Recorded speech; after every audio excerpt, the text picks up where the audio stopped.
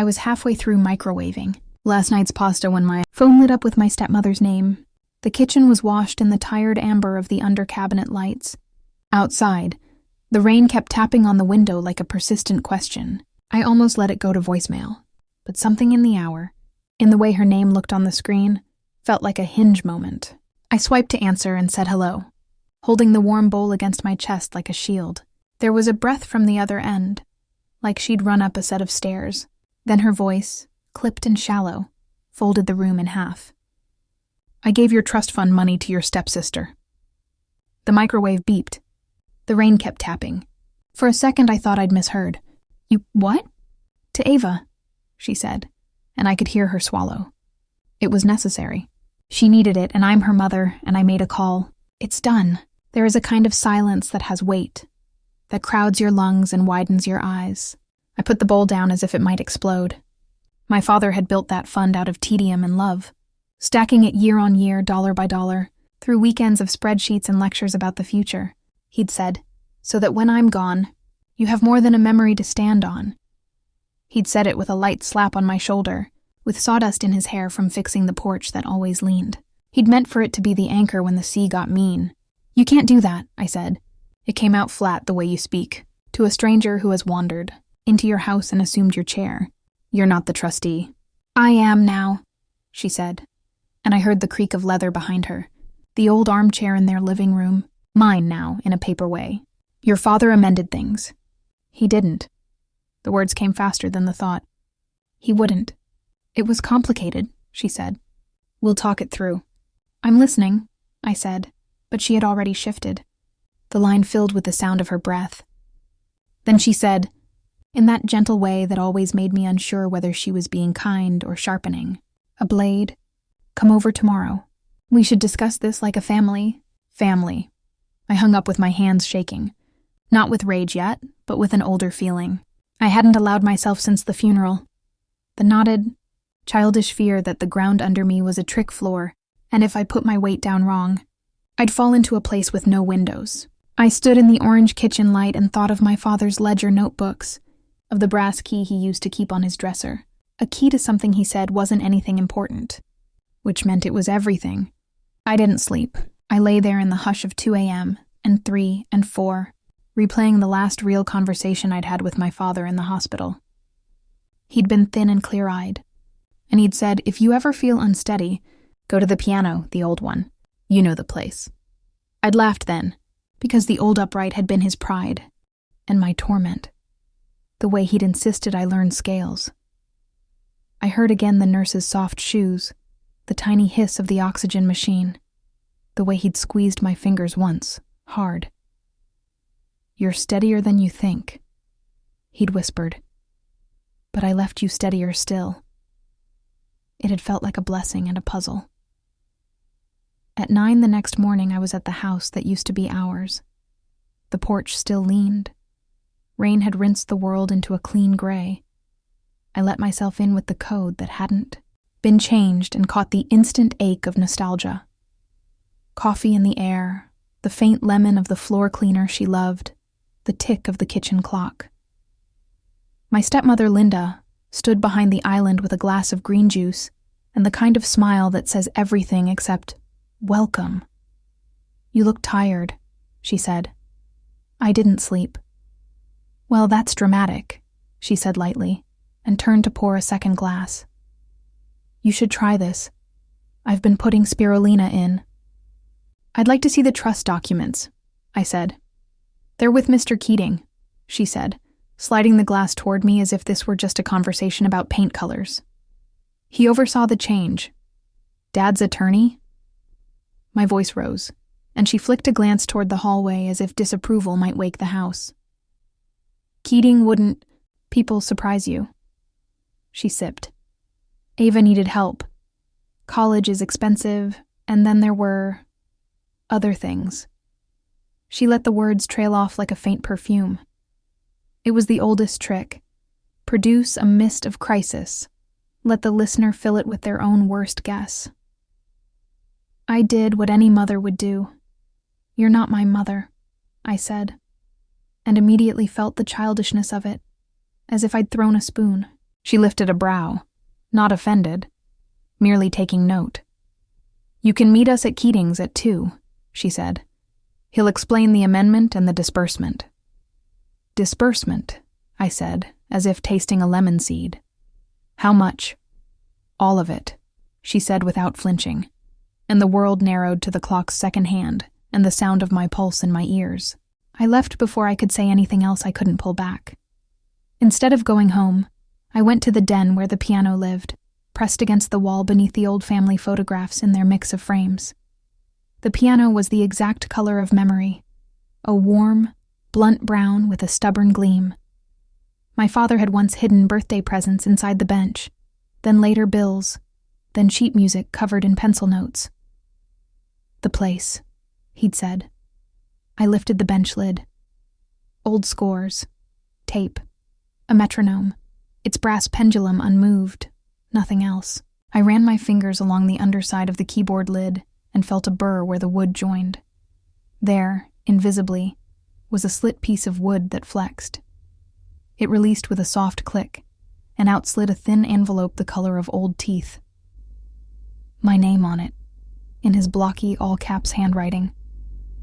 I sat down on the bench hard enough to make a chord sigh out of the piano.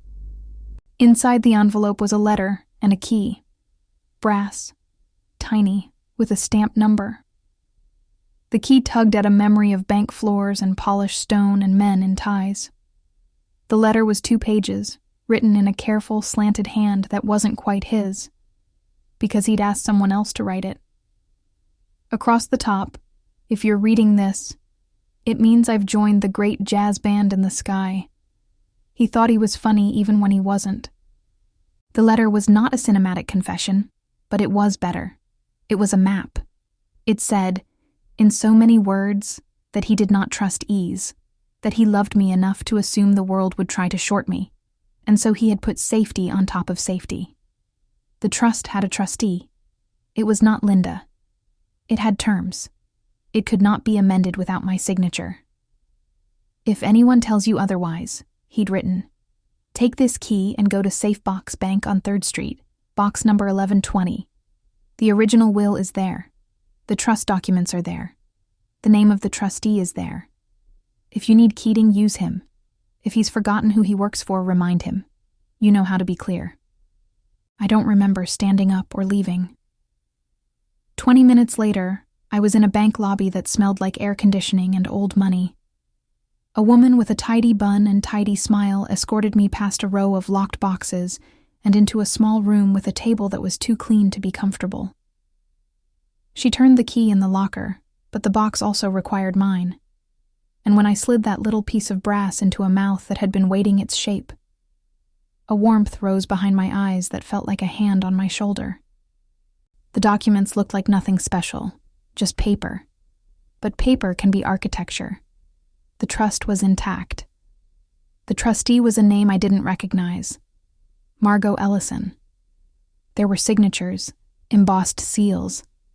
There was a letter from Margot with a number to call in the event of any discrepancy or concern, the kind of phrasing that made my skin prickle with gratitude.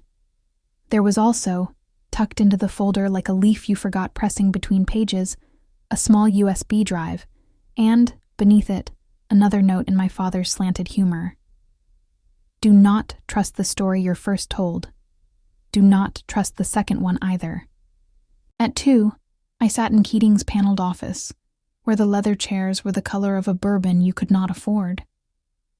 Linda sat beside me in a powder blue suit that made her look like she'd wandered in from a wedding. Keating was talent at being unreadable in a way that made you doubt your own eyesight. He cleared his throat. "Thank you both for coming," he said. "We have some—" "No amendment was made," I said. "You know that. You also know you aren't the trustee, Linda." I said the name like it was new to me, like I was trying out a different instrument. "Ms. Margot Ellison is." Keating blinked. Linda's lip pulled in, then steadied. "Where are you getting this?" he asked. "From the vault my father left for me," I said. "I have the original trust. The original will. Both are sealed and stamped and very clean. I also have a drive I haven't looked at yet. I turned to Linda. So I have to ask, calmly and clearly, why did you tell me you had given my trust fund to Ava? Because it's the truth, she said. Your father gave me discretion, and I used it. I'm sorry you're upset, but we made choices as a family. You forged something, I said. Not loudly, but the word had its own volume. Keating's mouth opened and closed. Linda's eyes went almost tender. You're tired, she said. You've been grieving. You're seeing ghosts in paperwork.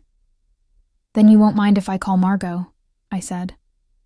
I already had her card out, the number underlined in another hand that wasn't my father's. A new character in an old play. Absolutely not, Linda said, which was an answer with edges. We wrapped nothing. Keating, with that same unreadable face, said we should pause until everyone had cooled down. I walked out of that office past a receptionist who looked at me like she wished she could take off my worry and hang it in a closet. The rain had stopped, and the sky glowed the particular white of a clean page. I sat in my car, the engine off, and called Margot. She answered on the second ring. This is Margot Ellison. My dad was Leonard Hart, I said, and her inhale was quiet but real. I've been waiting for you, she said. I had a feeling I'd hear from you sooner than later. Linda says the fund is gone, I said. She doesn't have access, Margot said, and the certainty in her voice was a rope thrown to someone in water. Unless someone forged my signature or yours, which would be ambitious. Then where did it go? I asked. That, she said, is what I've been trying to figure out for 3 weeks. She paused. Can you come to my office now? There's something you should see. I drove with my hands at 10 and 2, like a test. The city looked newly drawn, edges crisp, everything a shade sharper. Margot's office was in a building that looked plain from the outside and careful inside. She was the kind of person who makes you aware of your own posture. She laid out copies of statements I hadn't seen before. A wire request, a notary seal I didn't recognize, a signature that was almost my name but not quite, like someone had written it with their non-dominant hand. Someone tried to move the funds 10 days after the funeral, she said. They failed. The bank flagged it and called me because the signature didn't match my records. She looked up. They didn't call you because you weren't listed to be called until your birthday. That's 3 weeks from now, I said. She nodded. Which is why I've been preparing to meet you with all of this. Another file. I've also been followed to my car twice, which is not a thing that happens to me in this line of work. I'm not prone to melodrama, but I also respect patterns. Something inside me moved from fear to a colder thing. By who? By a man in a navy cap, she said. And yesterday by a woman who looked exactly like she was trying not to look like she was following me. I sat back. What's on the drive? I asked, thinking of the USB in the vault folder like a tiny live animal. She leaned toward me. Let's find out. We put the drive into her laptop and clicked open the only file, labeled with my father's outlandish sense of humor. Do not panic.mp4. I braced for his face, for the tremor in his voice that would undo me. The screen went black, then a faint image resolved. A desk, a lamplight, the sound of him clearing his throat off camera. Then a voice that wasn't his filled the speakers. Leonard wanted me to record this, a man said, low and smooth, in case my other insurance failed. The camera shifted, and I saw Mr. Keating sit down in a pool of lamplight, not looking at the lens, as if forgetting he was being filmed. And then he said very clearly, Linda, I cannot falsify your signature or your stepchild's without committing a felony, and I won't risk my license. If you proceed with the other plan, you do so without me. From the hallway outside Margot's office, there came the softest click, the sound of a handle turning as if a polite hand didn't want to be heard. Margot and I looked at each other. The door began to open. The door opened no wider than a palm, The sliver of a face appeared, a single eye, above a mask of composure.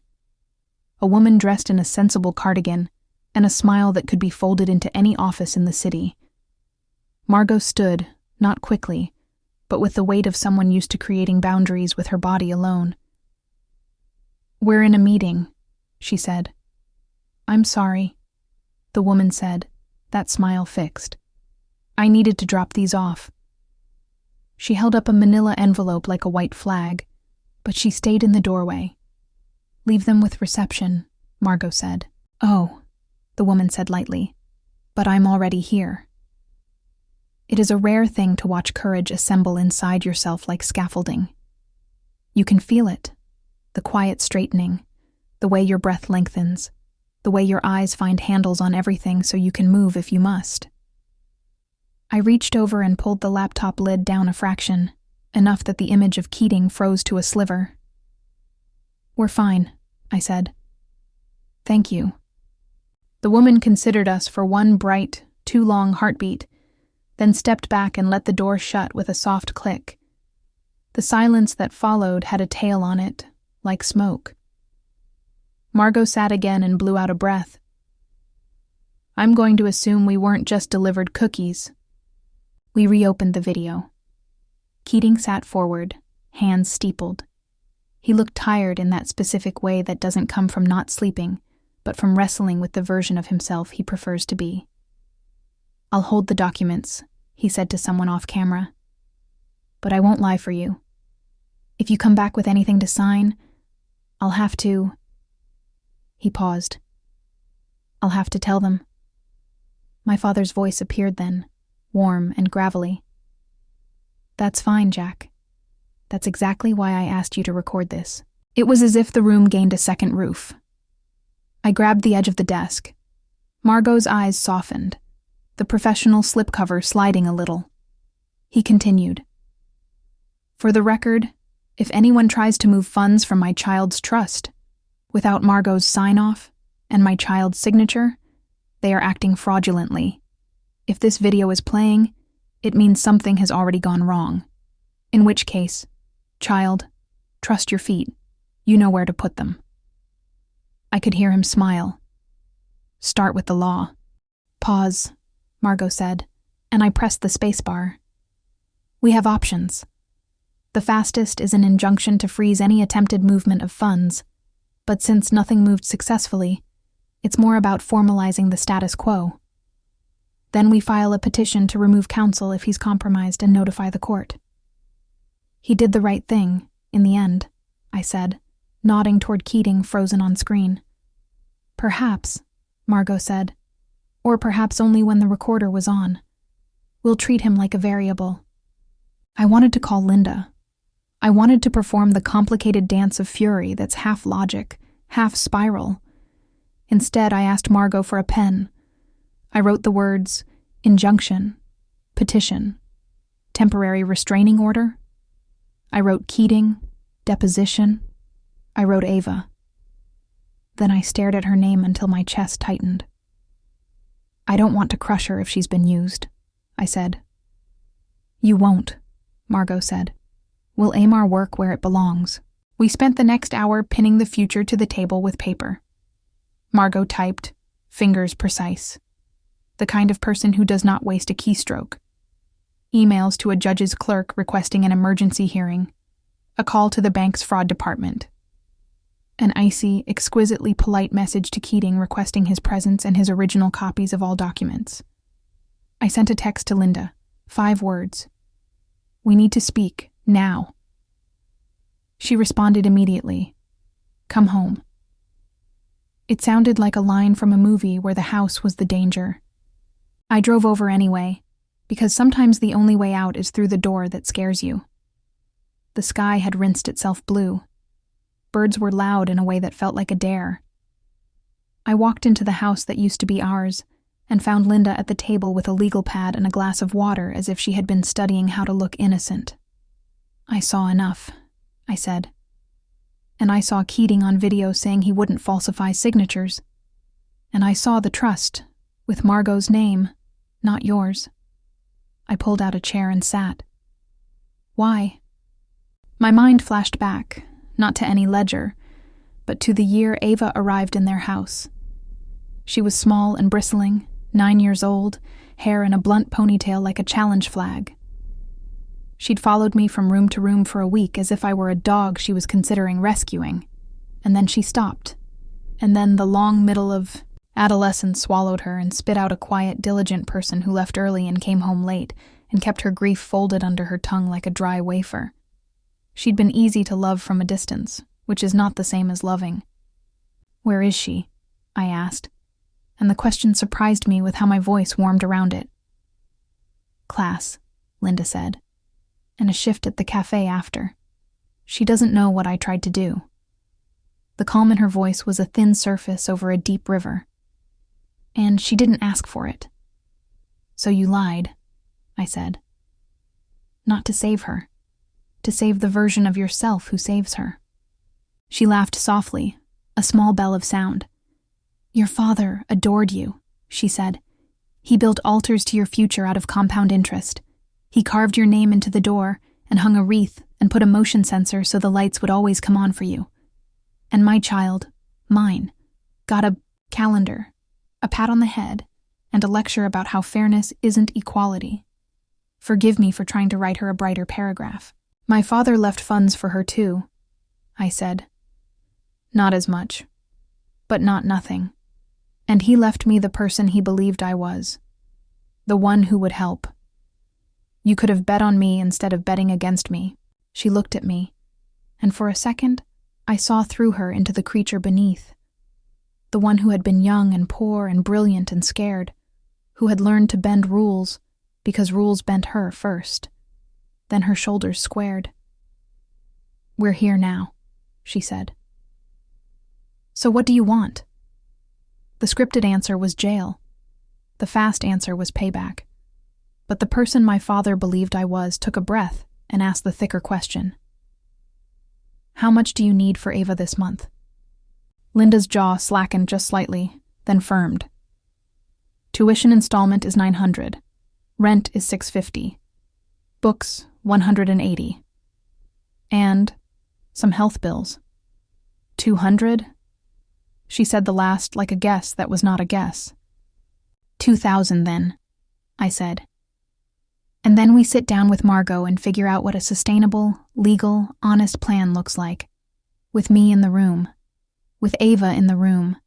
With documents that don't grope in the dark." "You'll give it?"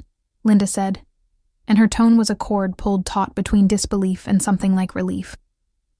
"I will loan it," I said. "From my account, not from the trust, with an understanding.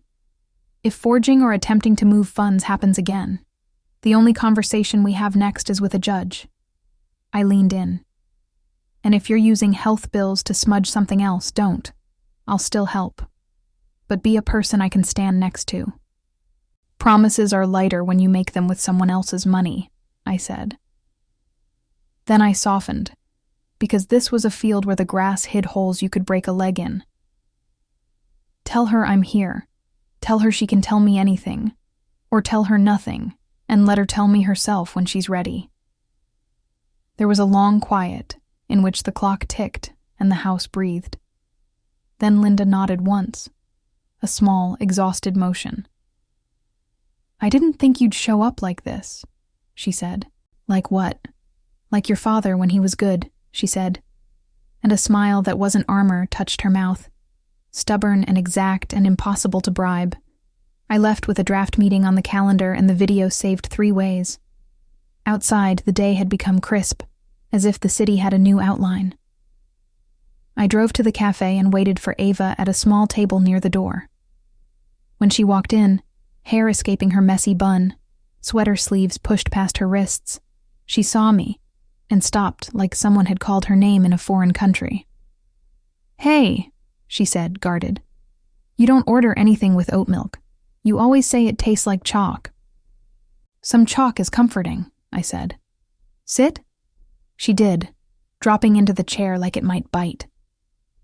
For a minute we performed the small talk of kin who have learned each other's weather but not geography. Then I told her the truth, where I could. Not about the video, Not yet.